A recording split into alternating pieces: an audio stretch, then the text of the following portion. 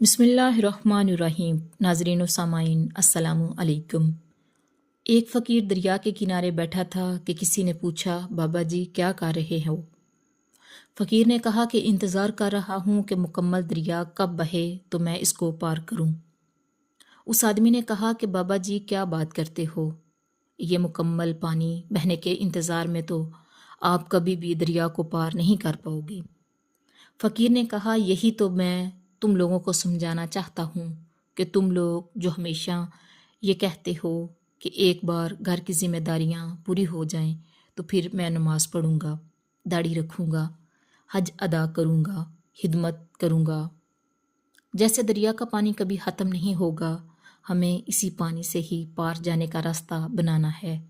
اسی طرح زندگی ختم ہو جائے گی پر زندگی کے کام اور ذمہ داریاں کبھی ختم نہ ہوں گی۔